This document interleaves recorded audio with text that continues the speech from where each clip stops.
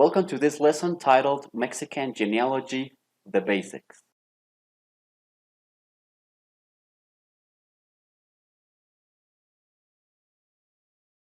Before we begin this lesson, I wanted to tell you about a couple of assumptions that I had when I prepared it. This is indeed a basic lesson about Mexican genealogy. The first one is that maybe some of you will have at least a very basic understanding of how genealogy research works. Maybe you have done research in the United States. And the second one, which is a little bit more important, is that most of you will have at least some basic or working knowledge of Spanish. That will be very important when trying to read documents. A helpful resource to help you develop those language skills that you will need in order to research ancestors in Mexico is the FamilySearch wiki. There's an article titled Spanish Genealogical Word List. Now, before we start actually learning about documents and how do we find Mexican ancestors, we need to understand who are the Mexican people, where do we come from. There's a phrase by Queen Isabella from Spain that says, Cásense españoles con indias e indias con españoles, which roughly translates as, let Spaniards marry indigenous women and let indigenous women marry Spaniards. Now, before we continue, I want to add a very important disclaimer here. To this day, race and ethnic origin is a very sensitive subject for us as Mexicans. So we very seldomly talk about it openly. The following information, the historical terms that I will mention, the images that are presented are only for learning and cultural purposes. I really wish to be as respectful as I can of all cultures, ethnic groups, and nationalities. I truly believe that it's important for us all to learn more about our ancestral origins and connect with them, and also to be proud of them. All right, so now let's get into the topic. Who are we? Who are the Mexican people? Sometimes when I have traveled to the United States, I have heard people talking about the Mexican race or something like that, which doesn't exist. So where do we come from? There were a few main groups that originated our ancestry. The country that today is known as Mexico was originally inhabited by many different cultures, civilizations, ethnic groups, all of them with their unique languages. Even nowadays, in the 21st century, there are still more than 56 different ethnic groups, all of them with completely different languages and cultures all over the country. Then, in 1521, the Mexica Empire that controlled most of what today is known as Central Mexico was conquered by a group of Spaniards, so Mexico became part of the Spanish Empire. Many people of European origin, mainly Spanish conquerors and settlers, started coming into the area. There were many laws that governed immigration and many limitations of who could come to the Americas. We will not get into them. So mainly people from the Iberian Peninsula arrived into the area known as Mexico, but also a small number of other Europeans like French, Italian, and others. Although, according to the law, they were not allowed to come to the Americas, a small number of converted Jews and Muslims also made their way into the continent. The next group were African slaves, unwillingly brought into the continent. But also, something that we often forget about is that parts of Asia, like the Philippines mainly, were part of the Viceroyalty of New Spain. That means colonial Mexico. And many people from the Philippines and other parts of Asia were also brought into the country. New Spain became a very diverse place with people from all over the world, and very soon people started marrying people from another ethnic group, and soon a caste system was developed that grouped people and gave them labels based on pretty much what they looked like. Priests would often look at the person and write down what caste they belonged to. However, this was very fluid. It wasn't something that was set in stone. The group that was at the top was known as the Peninsulares. This means people from the Iberian Peninsula. These are Europeans born in Spain. They often obtained the highest ranking jobs in the government, like viceroys, bishops, and so forth. The next group were the criollos. They were Europeans who were born in the Americas. Many of them were able to ascend to the top of the social ladder and become high-ranking officials. Some even became part of the titled nobility. However, most of them were normal people, like farmers, merchants, artisans, and many of them complained that most of the best opportunities were given to those who were born in Spain. Contrary to what many times is popular belief, indigenous peoples were not enslaved. They were required to pay tribute, and many of of them rose into nobility, especially those that belonged to the autochthonous nobility, the nobility that existed before the arrival of Europeans. Here in this presentation, I have a picture of Benito Juárez. He was a president of Mexico starting in 1858. Then the mestizos were people of European and indigenous ancestry. And the same with the mulattoes. They were a combination of European and African ancestry. Marriages between all of these different groups were very common. In colonial Mexico, race was important for social status. However, it did not define it by its own. I have seen several cases of people who were listed one race at the beginning of their lives, and then later on, when they became wealthier or became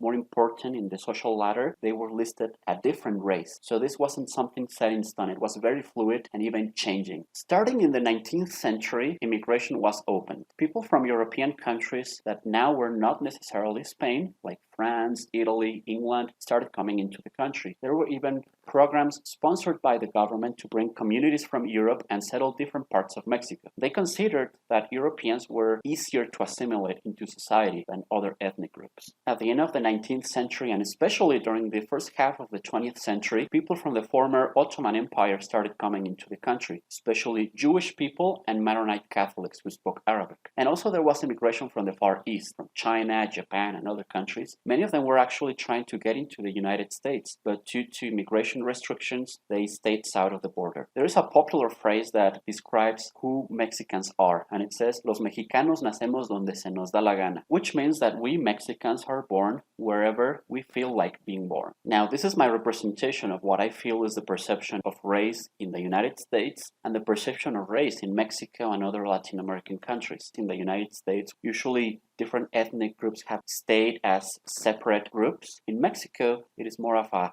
degree of admixture. It's not like we belong to one group or the other, but how much we belong to one and the other.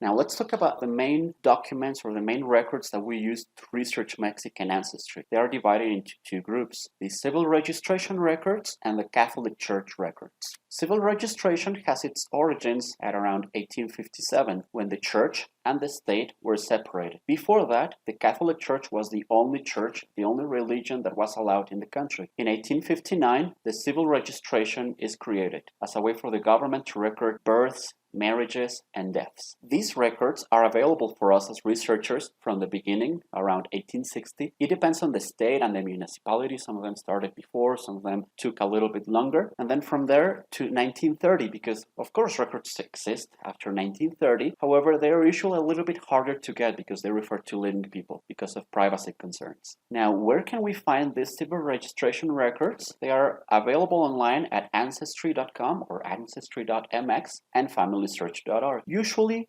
because their search engines are created differently, the search engine from Ancestry for some reason finds civil registration records more easily. Now, when we try to find more recent documents, like after 1930, there are a few ways to do that. However, it's a little bit more difficult. First, we can do it online. We can get birth certificates, or also if we don't have access to internet, but we live in Mexico, there are machines that look like ATMs in malls and different public places where you can get your birth certificate. In order to get it, you need the name and the place, well, at least the state, and the date of birth exactly as it is. If you don't have an exact date, unfortunately, the only way to get it most of the time is going to the civil registration offices. Sometimes even you have to go to the exact office where the record was created. Civil records usually do not provide details about a person's ethnicity, although some of them indicate whether or not a person belonged to an indigenous community, and some of them mention if they were mestizos. Now let me show you an example of a birth record. This way you can get an idea of the kind of information that you can find in them. This is the birth record of a boy named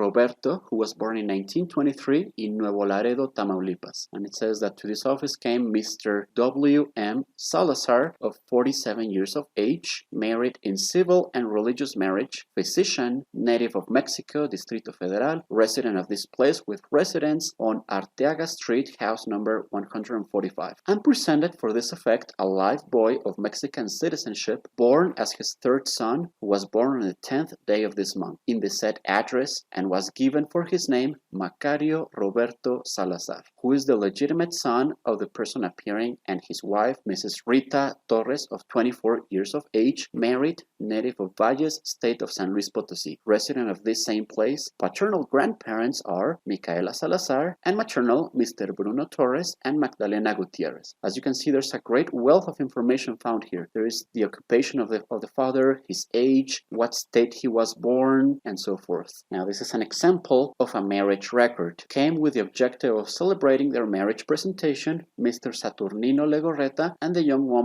Felisa Chavez, and then it lists their ages, the parents of both, and in this case, this is very rare, it lists the grandparents of both of them. This is not usually the case, but there are a few municipalities in some states where the clerks were able to do this. Now let's look at an example of a death record. This is a record from 1941. Here you can see that there are some exceptions to that 1930 rule that I told you about. There are some records after 1930 in some places, but most of the time, the 1930 is the cutoff date. And as you can see, earlier records in civil registration were written by hand. Then, in later years, they were standardized, printed papers that the judges would fill out, and nowadays they are all digital. As you can see here, it lists the name of the person who died, the citizenship, occupation, address, marital status, parents, illness, and so forth. Now let's look at the Catholic Church records. The Catholic Church was the church of state up until 1857. It is not like in other countries where you have different religions and you have to find out what church your ancestors went. If they lived in Mexico before 1857, they were usually Catholic.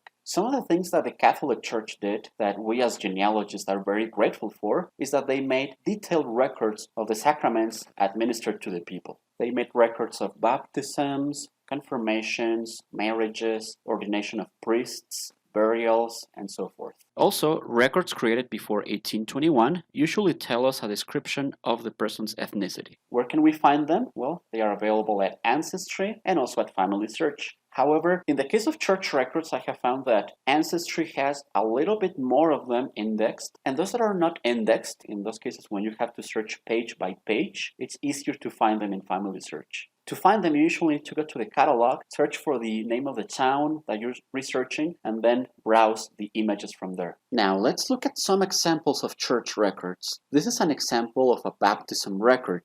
Now, one thing to remember is that the priests were not creating this record for the purpose of recording the birth of one person. It was a record of the baptism of this person. For example, in this one, it says, in the parish of La Encarnacion, on 22nd of October, 1853, I solemnly baptized Pedro, of 3 days of age, in the farm of San Diego, legitimate son of Antonio Arenas and María del Refugio Macías, paternal grandparents José Arenas and Dorotea Mercado, maternal Juan Macías and Cipriana Montes, and then the godparents, who were usually close associates and many times relatives of this person who was getting baptized. Many of these baptism records also mention grandparents, like in this case, but it really depends on the place. Some did it, some did not. And also in many baptism records, we could also get the birth date of the person because they many times will say how many days old the baby would be. Now let's look at an example of a marriage record. In this one it says that the people getting married were Francisco Mora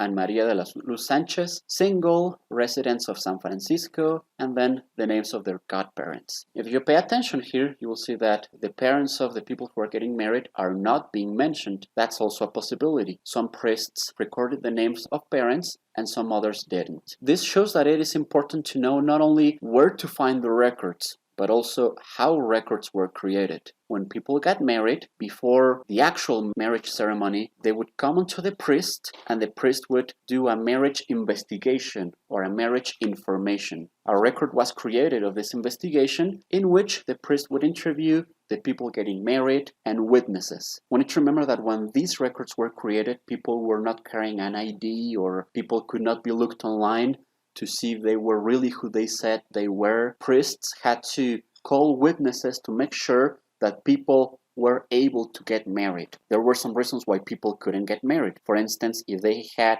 already married someone else, or if they were third cousins or closer, or if one of them had become a priest or a nun. A couple of weeks or even a month or some time before the actual marriage, this information record was created. This is the record of the same marriage I presented in the previous slide. So let's look at it. It says, in the mines of Tlalpujahua, 1844, Francisco Mora, the same person as in the previous marriage, as I said, resident of the town of San Francisco, single, 20 years of age, legitimate son of Ignacio Mora and Maria Isidra Garcia. And then he married Maria de la Luz Sanchez from the Hacienda de la Torre, jurisdiction of Santa Maria Amealco, resident of this place, single, 17 years of age, legitimate daughter of Francisco Sanchez and Teresa Tovar. As you can see, this record not only adds the names of the parents, but also a wealth of information like the place where they were born. Now from here, having this information, I can start looking at that other parish